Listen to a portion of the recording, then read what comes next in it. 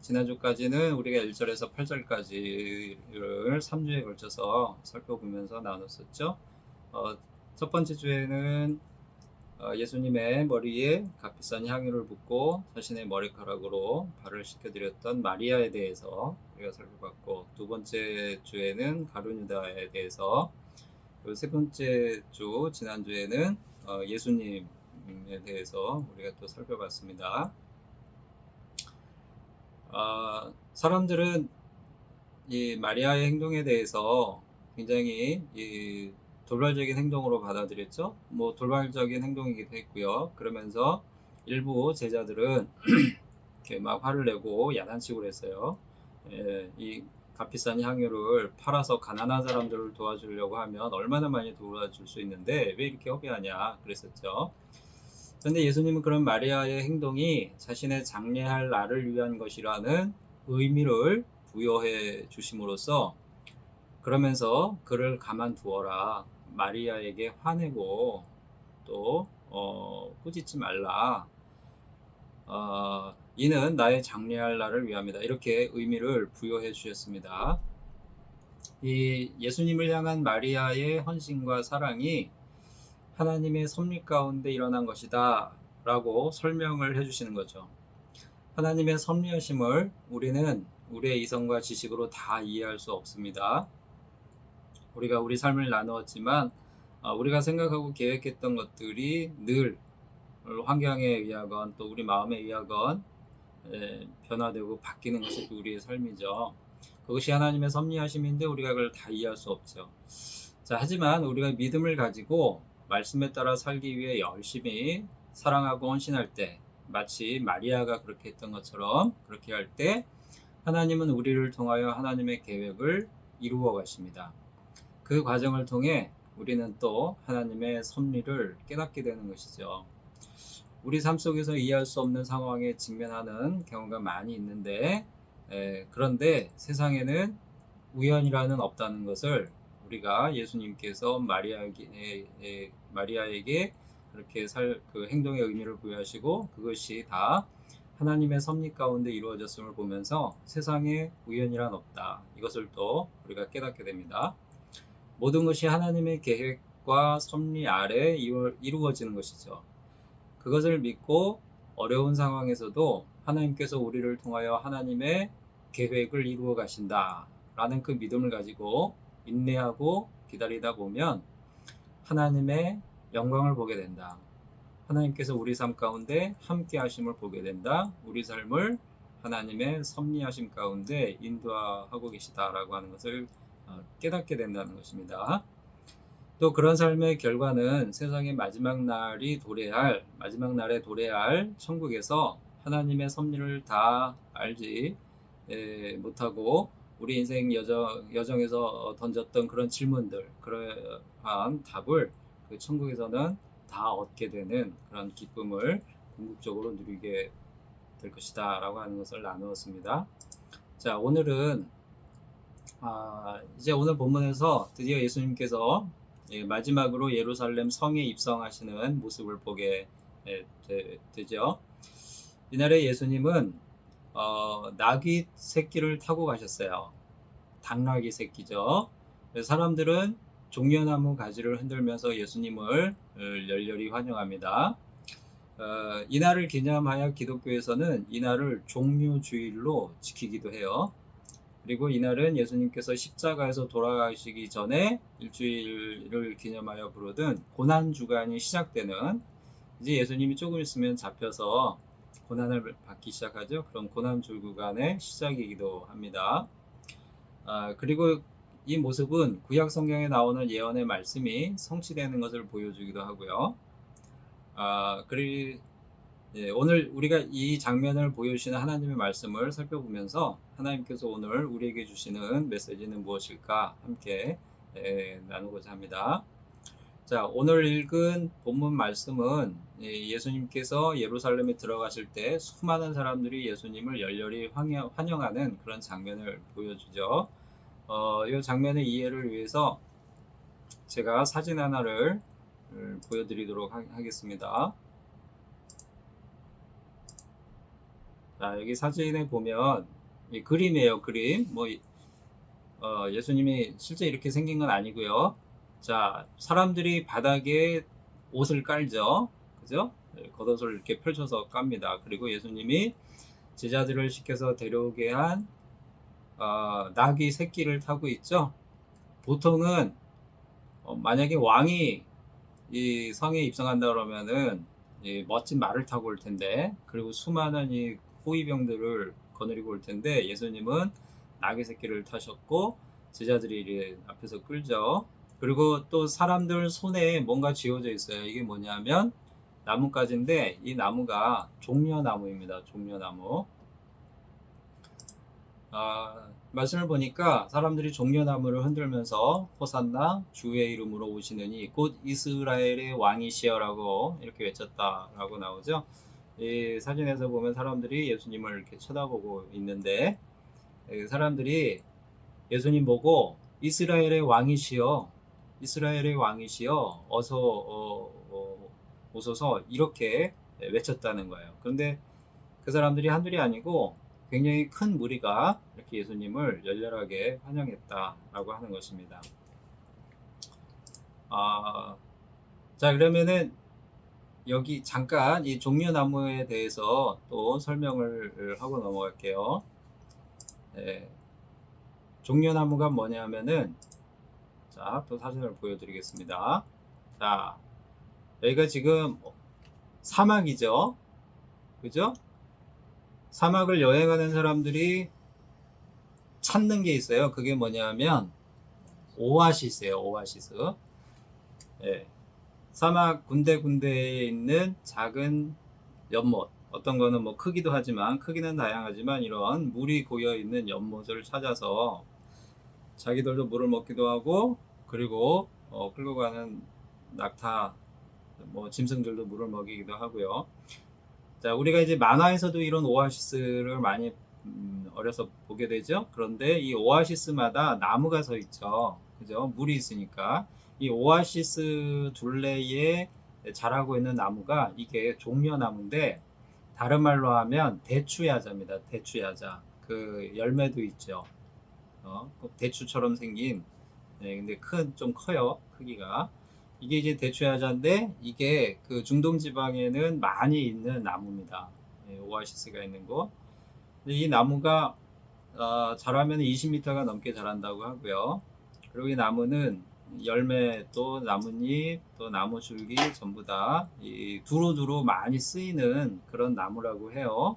근데 이 잎이 50cm가 넘게 굉장히 이제 크게, 50cm가 아니죠, 5m 넘게 크게 자란다 그러는데, 이 나무가 갖는 의미는 부활과 승리입니다.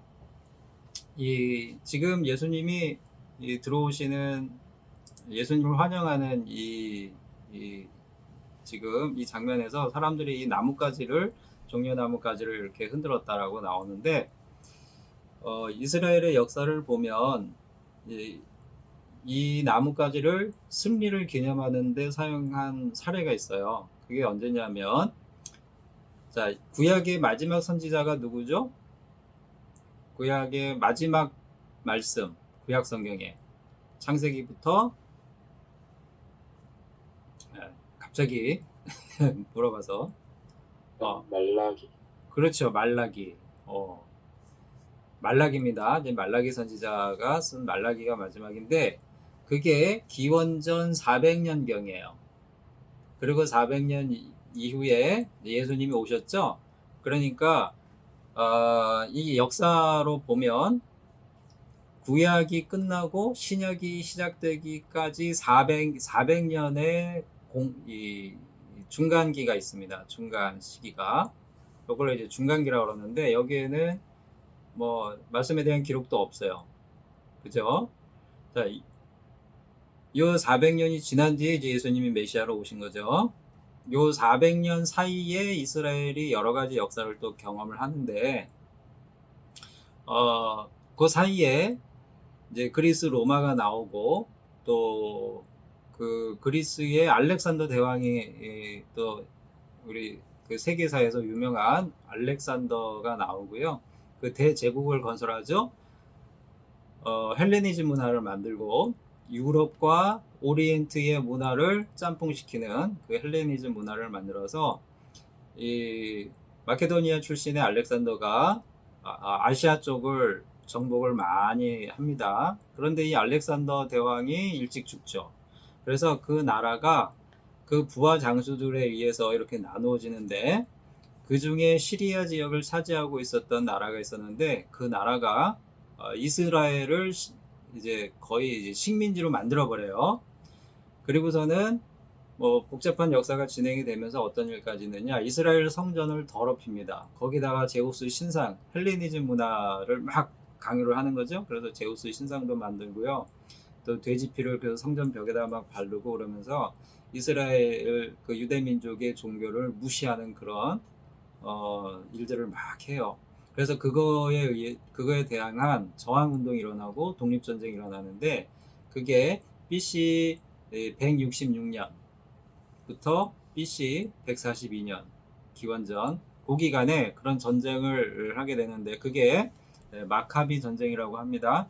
그 전쟁에 승리를 하고 이 마카비가 성전을 깨끗하게 하는데, 그걸 수전절이라고 해서 지금도 지키고 있고요. 성전을 씻었다, 수전절. 그때 이 마카비가 들어올 때 사람들이 들고 흔들었던 게 종려나무 가지예요. 승리한 자를 환영하는. 자, 지금 이 예루살렘에 모인 많은 사람들이 예수님을 환영하는데 어떤 마음이냐 하면, 진심으로 예수님을 왕으로 받드는 그런 마음으로 지금 예수님을 맞이하고 있는 거죠. 열렬하게 소리 지르면서 그렇게 하고 있는 겁니다. 자, 그러면 지금 예수님은 뭐 독립전쟁을 하고 온 것도 아닌데 사람들은 왜 예수님을 그렇게 왕으로 대접을 했을까? 왕으로서 환영을 했을까? 우리가 본문 9절에서 11절 그리고 17절에서 18절 말씀을 보면 그 까닭을 알 수가 있습니다. 먼저 9절에서 11절 말씀을 한번 살펴보겠습니다. 우리 다 같이 다시 한번 읽어볼까요? 9절에서 11절입니다. 시작. 유대인의 큰 무리가 예수께서 여기 계신 줄을 알고 보니 이는 예수만 보기 위함이 아니요 죽은 자 가운데서 살리신 나사로도 보려 함이로라. 대제사장들이 나사로까지 죽이려고 모의하니 나사로 때문에 많은 유대인이 가서 예수를 믿음이로라. 자, 여기 보니까 죽은 나사로를 살리신 표적이 9장에 나오죠. 그게 요한복음에 나오는 7번째 표적 중에 마지막 표적이었습니다. 근데 이 죽은 나사로를 살리신 표적이 그때 당시 유대 사회에 얼마나 큰 반향을 불러일으켰는지 우리가 알게 돼요. 유대인의 많은 사람들이 죽었다가 다시 살아난 나사로의 이야기를 듣고 그를 보고 싶어 했다라고 하는 겁니다. 그리고 많은 사람들이 또 그 표적을 행하신 예수님을 믿게 되었다. 지금 우리가 읽은 말씀에 나오는 내용이죠. 이는 당시에 이 예수님에 대해서 대중적인 그런 인기 그리고 인지도가 급상승하고 있음을 우리가 보게 돼요. 자, 예수님의 인기가 이렇게 올라가는 것을 싫어하는 사람들이 있죠. 그 사람들이 누구예요? 그때 당시에 그 사회의 주도권을 쥐고 있었던 대제사장들, 또 바리새인들, 그런 사람들이 있는데, 예수님이 많은 사람들이 예수님을 따르게 되니까 이 사람들이 위기감을 느끼고, 그러면서 예수님을 진작에 죽이고 싶어 했죠. 제거하고 싶어 했는데, 이번에는 나사로까지, 예수님이 살리신 나사로까지 죽이려 하였다. 그게 10절에 나오죠. 자, 이런 상황입니다. 그 다음에 우리 17절, 18절로 한번 가서 보겠습니다. 같이 읽어볼까요? 17절, 18절 시작. 나사로를 무덤에서 불러내어 죽은 자 가운데서 살리실 때에 함께 있던 무리가 증언하니라. 이에 무리가 예수를 맞음은 이 표적 행하심을 들었음이로라. 네. 자, 죽은 나사로가 무덤에서 나오는 장면을 목격한 사람들은 그 충격적인 사건을 다른 사람들에게 막 이야기했어요. 이야기 안 할 수 없죠. 왜냐하면 너무나 놀라운 경험이니까. 사람 만나는 사람들마다 저기 있잖아, 내 말 좀 들어봐. 내가 베단이라는 동네에 갔었는데 거기 나사로라는 그 사람 장례식장에 갔었는데 장례 치르고 나서 그 사람이 다 썩은 몸에서 다시 살아났어. 어떻게 이런 일이 있을 수 있지? 내가 봤다니까 그게 사실이야. 막 이런 식으로 주위 사람들한테 막 얘기하겠죠. 그 정도로 신기하고 놀라운 일이에요. 그건 뭐 지금도 마찬가지겠죠. 우리가 그런 일을 경험하면 막 이야기를 할 겁니다. 그 소문이 이제 막 퍼졌을 거예요. 베다니와 가까운 예루살렘에 6월절을 지내러 온 수많은 사람들에게도 이게 소문이 다 퍼졌을 겁니다.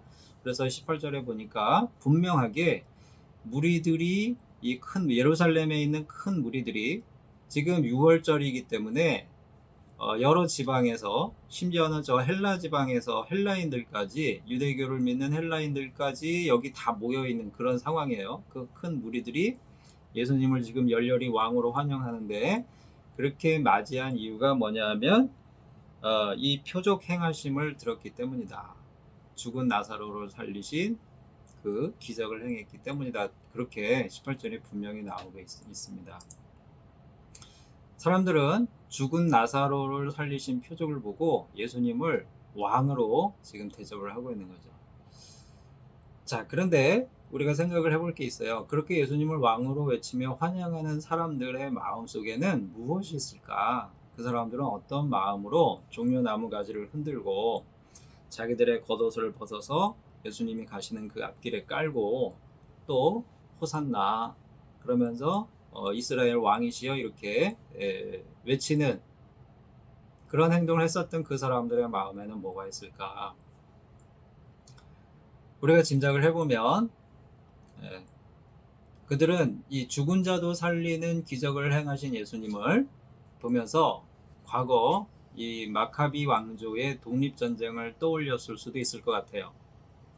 그러면서 그때 당시 로마 식민지를 받고 있었던 그들에게 정치적으로 독립을 이루어 줄 그럴 존재, 그럴 독립 투사, 뭐 지도자, 민족의 지도자 그런 존재로 예수님을 생각하고 과거의 그 마카비 시대의 독립을 이룰 또는 다윗 시대의 영광을 이루어줄 왕이 왔다.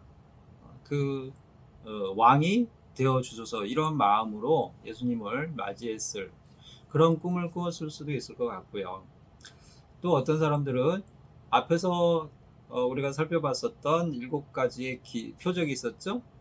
예수님은 7개뿐만이 아니라 수많은 기적을 행하셨고 요한복음은 딱 7개만을 소개를 한 건데 그런 표적들을 기적들을 생각을 하면서 어떤 사람들은 그 기적들 중에는 오병이어의 기적도 있었죠.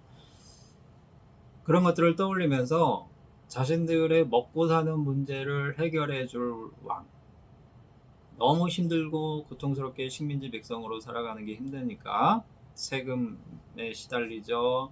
그 다음에 뭐 세금뿐만이겠어요. 또 법적으로도 사회적으로도 신분적으로도 늘 압박을 받고 착취를 당하며 사는 그래서 먹고 사는 문제가 늘 삶의 큰 그 문제였던 그들의 그 문제를 해결해 주실 왕으로 생각하면서 그 외쳤을 수도 있죠. 또 어떤 이들은 예수님께서 사람들의 병을 고쳐주시고요. 심지어는 눈먼 자의 눈도 뜨게 하셨죠. 그런 예수님을 떠올리면서 자신들의 질병과 여러 가지 삶의 문제를 해결해 주실 그럴 존재로 여겼을 수도 있습니다. 자, 목적은 조금씩 다를지라도 사람들은 예수님께서 자신들이 원하는 것을 해결해 주고 삶의 고민과 문제를 해결해 주실 분으로 여기고 그런 존재로 그런 분으로 그런 왕으로 지금 환영을 하고 있는 것이죠. 그런데 예수님께서 이스라엘 왕으로 오셨다라고 하는 이것이 이 큰 무리들이 열렬히 환영하면서 생각하고 꿈꾸었던 그런 것과는 좀 다른 것임을 본문 16절은 우리에게 가르쳐주고 있어요. 당시 제자들은 그곳에 모인 무리들이 갖는 생각과 비슷한 생각을 가졌을 수 있습니다. 제자들 역시 그곳에 모인 군중들의 외침소리를 들으면서 아마 3년 동안 예수님 따라다니면서 고생했었던 그런 제자의 삶에 대해서 이제는 보상을 받는구나 라고 하는 그 보상이 이제 눈앞에 펼쳐질 것이다 라고 하는 그 기대감에 젖어 있을 수 있었고요. 또 예수님을 가까이 보면서 그동안에 예수님이 보여주신 많은 그 기적의 사건들, 또 예수님의 가르침이 있었죠. 또 그것을 보았던 그들이기 때문에 정말 예수님이 이스라엘의 왕이 되실 수도 있겠다는 그런 기대를 했을 수도 있습니다. 그런데 나중에서야 제자들은 지금 이스라엘 왕으로 오시는 예수님이 어떤 의미에서 이스라엘 왕이 되신 것인지 깨달았다. 그때는 몰랐는데 나중에 깨달았다라는 말씀이 16절에 나와요. 자, 우리 16절을 다 같이 한번 읽어보겠습니다. 본문 16절입니다. 시작. 제자들은 처음에 이 일을 깨닫지 못하였다가 예수께서 영광을 얻으신 후에야 이것이 예수께 대하여 기록된 것임과 사람들이 예수께 이같이 한 것임이 생각났더라. 아멘. 16절 말씀을 보니까 그날의 장면과 이 무리들의 외침이 구약에 나오는 말씀의 그 예언의 말씀의 성취다. 이렇게 그 앞에 나오고요. 16절 앞쪽에. 그리고 제자들이 그것이 구약 말씀의 성취임을 처음에는 깨닫지 못하다가 나중에 깨달았다 이렇게 기록하고 있는 거예요. 그럼 그 나중이란 언제인가? 16절 말씀 우리가 읽은 말씀 보니까 예수께서 영광을 얻으신 후 이렇게 나오죠. 그걸 깨달은 때는 언제냐면 예수께서 영광을 얻은 후. 자, 그러면은 예수님께서 영광을 얻은 거는 뭘 의미할까요? 우리 잠깐 한번 또 생각을 해볼까요? 자, 예수님께서 영광을 얻은 후라고 그랬는데 여기서 예수님의 영광, 예수님께서 얻은 영광은 무엇을 뜻하는 걸까? 뭘까요? 십자가에 매달리죠. 십자가에 매달리신. 네. 그리고 또 뭐가 있었죠? 부활하시고. 부활. 네. 그리고 승천하셨죠? 네. 예수님의 영광은 예수님께서 공생의 기간 내내 중간중간 예수님의 영광이 드러났어요. 표적을 통해서도 드러나고 또 사람들의 고백을 통해서도 드러나고, 그런데 그 영광의 하이라이트는 뭐냐면 부활이에요. 부활. 죽음을 통해서 죄의 문제를 해결하시고 죽음의 문제를 해결하시고 부활하신 거예요. 나사로의 부활을 목격하는 것도 굉장히 놀라운 일인데, 그런데 예수님의 부활을 목격을 했을 때 제자들은 얼마나 놀랐을까? 상상을 해보면 상상이 안 돼요. 예수님의 부활은 제자들의 삶을 다 바꿔버렸어요. 그들은 죽음도 두려워하지 않는 그런 삶을 살게 되는데, 사람들을 그렇게 바꾸는 거는, 죽음도 두려워하지 않게 되는 거는 그 죽음 이상의 뭔가를 보았다는 거죠. 뭔가를 믿게 되었다는 건데, 그거에 대한 믿음을 확실하게 해주신 게 예수님의 부활이었고, 그 부활이 예수님의 영광이었다라고 하는 거죠. 그죠? 자, 그것을 본 제자들이 나중에 구약의 말씀에 대해서 새롭게 인식을 합니다. 그 기록들이 예수님에 대한 기록이었구나. 그리고 예수님이 그때 왕으로 오셨다라고 하는 그 구약의 말씀은 예수님을 맞이했던 사람들이 생각했었던 정치적인 이 민족의 독립이나 아니면 먹고 사는 문제를 해결해 주는 것, 기타 여러 가지 삶의 문제를 해결해 주는 그런 왕, 과거 다윗의 영광을 회복시켜줄, 우리나라로 치면은 광개토 대왕의 그 대제국 건설이라든지 세종대왕 때의 그 태평성대라든지 이런 것들, 그런 것들을 다시금 회복시켜줄 그런 왕으로 생각했었던 무리들의 마음 속에 꿈꾸었던 그런 왕이 아니고 구약에서 말씀하신 왕은 다른 왕이었구나 라고 하는 그 깨달음을 예수님의 부활을 보고 제자들이 비로소 갖게 되었다라고 하는 것이죠.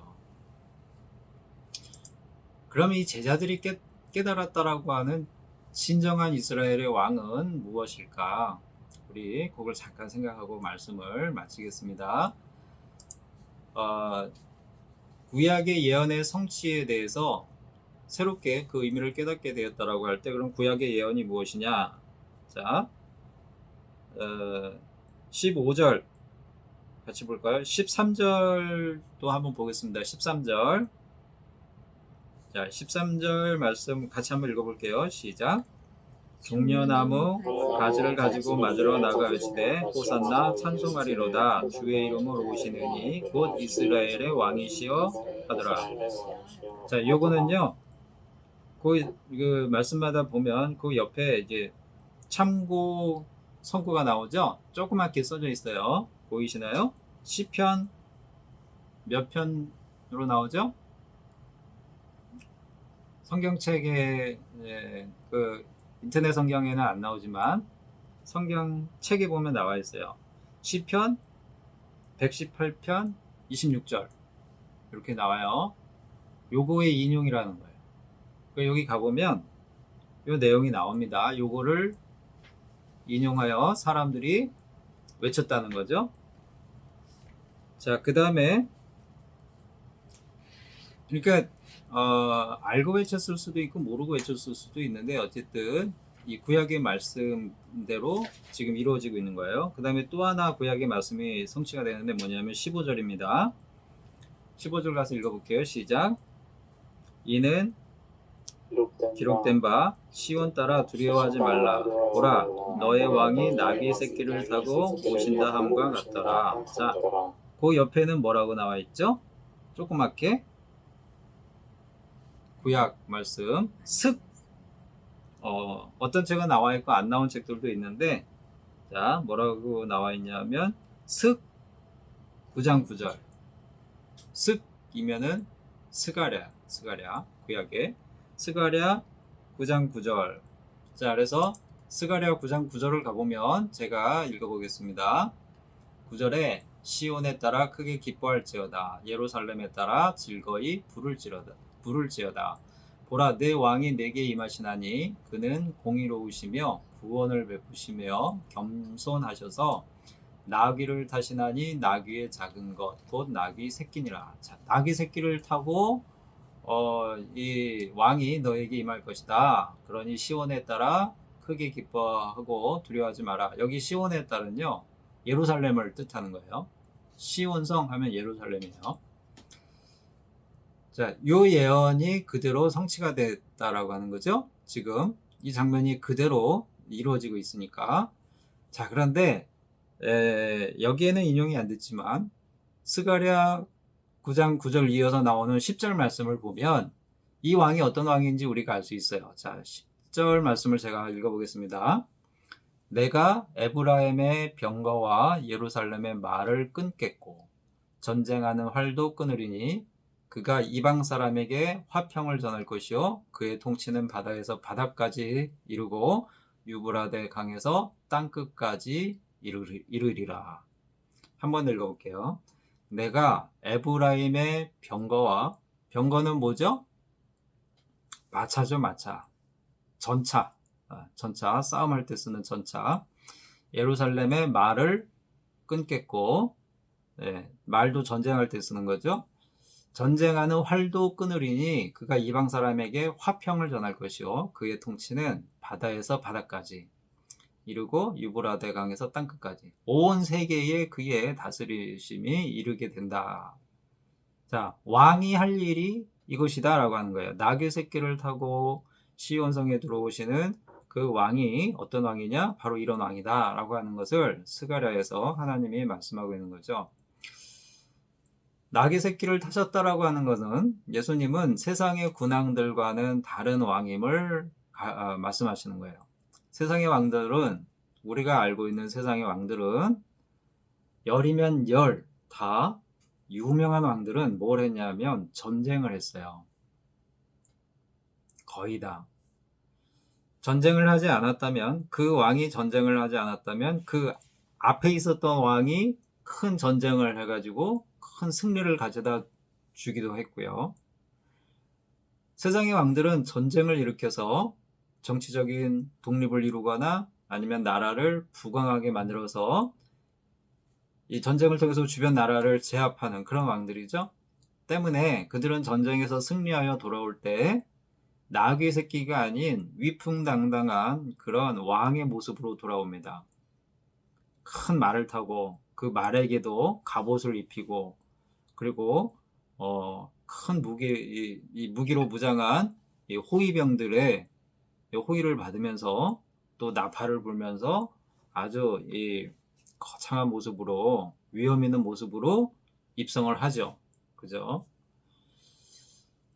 하지만 왕으로 오시는 예수님은 전쟁의 왕이 아니라 스가랴, 제가 읽어드렸던 스가랴 9장 10절에서 말씀하듯이 전쟁에서 사용하는 병거와 말과 활을 오히려 제거하시는 분이에요. 그리고 이방 사람들을 정복하는 게 아니라 그들에게 화평을 전하는 그런 왕으로 오신다라고 하는 거죠. 이 왕으로 오시는 예수님은 무엇을 베푸시느냐? 공의와 구원을 베푸시는 왕이다. 9절에 나옵니다. 스가랴 9장 9절에 시온에 따라 크게 기뻐할지며 예루살렘에 따라 즐거이 부를지어다. 보라, 내 왕이 내게 임하시나니, 그 다음에 뭐라고 하냐면 그는 공의로우시며 구원을 베푸시며 겸손하여서, 이렇게 나오거든요. 예수님은 전쟁의 왕으로 오시는 것이 아니라 전쟁을 멈추게 하시고 화평을 전하시고 공의와 구원을 베푸시는 왕으로 오실 것이다, 이렇게 예언을 한 것이고, 그 예언이 오늘 이 장면에서 이루어지고 있다라고 하는 것인데, 이 순간에는 아무도 몰랐어요. 그것을 저마다 왕으로 왕 같은 존재로 들어오시는 예수님을 보면서 저마다 각자의 꿈들을 꾸고 있었어요. 그 순간에는. 그런데 나중에 예수님의 영광을 본, 부활을 본 제자들이 비로소 스가랴서의 이 말씀이, 화평의 왕으로 오신다라고 하는 이 말씀이 이거였구나라고 하는 것을 깨달았다. 그것을 하나님이 요한을 통해서 지금 이것을 기록하게 하신 거예요. 요한복음이 기록된 거는 예수님의 부활을 보고 난 다음에 요한이 기록을 한 거죠. 다 지금 지나간 일을 기록을 하고 있는 거죠. 자, 우리가 이러한 내용들을 보면서 얻을 수 있는 교훈은 무엇일까? 세상을 다스리시는 진정한 왕은 어떤 왕인가? 진정한 왕은 군사 대국을 만들어서 상대편을 제압하고 백성들에게 당장 그들이 먹고 쓸 것을 제공해주는 그런 왕이 아니라는 겁니다. 세상에 모든 나라들이 흥망성쇠가 있었음을 역사는 우리에게 보여주죠. 찬란하고 그 어느 나라도 범할 수 없는 초강대국이었던 나라들도 세월이 지나면서 힘을 잃고 다 역사 속에서 사라져 버렸어요. 지금 세계를 이끌어가는 두 강대국이 있죠. 초강대국, 미국과 중국, 이런 나라들도 과거에는, 이런 나라들도 과거의 예를 보면, 역사를 보면 영원할 것 같았는데 결국에는 다 사라지는 그런 영광을 누린 나라들이었던 겁니다. 지금의 나라들도 마찬가지이겠죠. 그죠? 그들이 예수님을 왕으로 외쳤던 사람들이 꿈꾸었던 그 꿈은요, 우리가 역사를 보면 그 어느 것도 영원할 수가 없어요. 그리고 근본적인 삶의 문제를 궁극적으로 다 해결해 주지 못하는 그런 꿈이었다는 것이죠.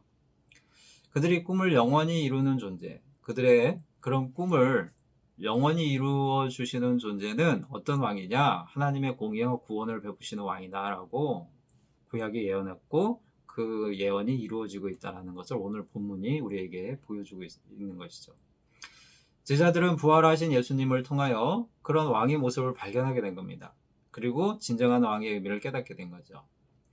제자들은 부활하신 예수님을 통하여 시편이 노래하는 왕의 진정한 의미와 스가랴 선지자가 말하는 화평의 왕이 뜻하는 것을 깨닫게 된 거죠. 그래서 제자들은 결국 처음에 예수님을 보면서 꾸었던 세상의 출세와 성공에 대한 꿈을 버리고 하나님 나라와 복음을 전하는 것을 목적으로 삼는 제자의 삶을 걸어가게 된 거죠. 오늘 말씀은 우리들 역시 예수님을 생각하면서 무엇을 꿈꾸며 살아야 할지를 가르쳐 주십니다. 공의와 구원을 베푸는 화평의 왕으로 오신 예수님을 생각하면서 우리가 꿈꾸어야 할 것은 무엇일까? 그 꿈은 예수님께서 말씀하신 먼저 그 나라와 그 의를 구하는 것이어야 할 것이에요. 그리고 그 나라와 그 의를 구하기 위해서 지금 처한 나의 상황과 또 나의 능력, 내가 가진 것들을 살펴보면서 내가 무엇을 할 수 있을까? 공의와 구원을 베푸시는 화평의 왕으로 오신 예수님을 생각하면서 그 나라와 그의 공의를 위해서 예수님의 공의는 사회의 정의가 아니죠. 복음이에요. 믿음으로 구원받는 거. 그 의에 대해서 그 의를 전파하는데 내가 어떻게 동참하면서 살 것인가 그거를 고민해야 된다라고 하는 것이죠. 또한 그것을 깨닫기 위해서 하나님께 지혜를 구하는 기도를 드릴 수 있어야 할 것입니다. 그러면 모든 이에게 후히 주시고 꾸짖지 아니하시는 하나님께서 제자들과 같이 우리들에게도 그런 깨달음을 주실 것이다 라고 하는 것이죠. 그 깨달음을 사모하는 이 한 주간이 될 수 있기를 바랍니다. 우리 다 같이 기도하시겠습니다. 오늘 말씀을 생각하면서 왕으로 오신 우리 예수님을 생각을 하면서 그런데 그 왕이 이 땅에 화평을 전하고 공의와 구원을 베푸시는 왕으로 오셔서 궁극적으로 천국의 그 삶을 우리에게 주고자 하시는 그 예수님을 생각하면서 나는 무엇을 할 수 있을까? 나는 그 왕을 위하여 무엇을 할 수 있을까? 나는 어떤 마음으로 그 왕을 환영할 수 있을까? 각자 기도하고 그리고 이번 한 주간에 우리가 또 하나님께 구할 것들이 있죠. 그것들을 구하는 기도를 한 1분 정도 각자 하시겠습니다. 다 같이 기도하겠습니다.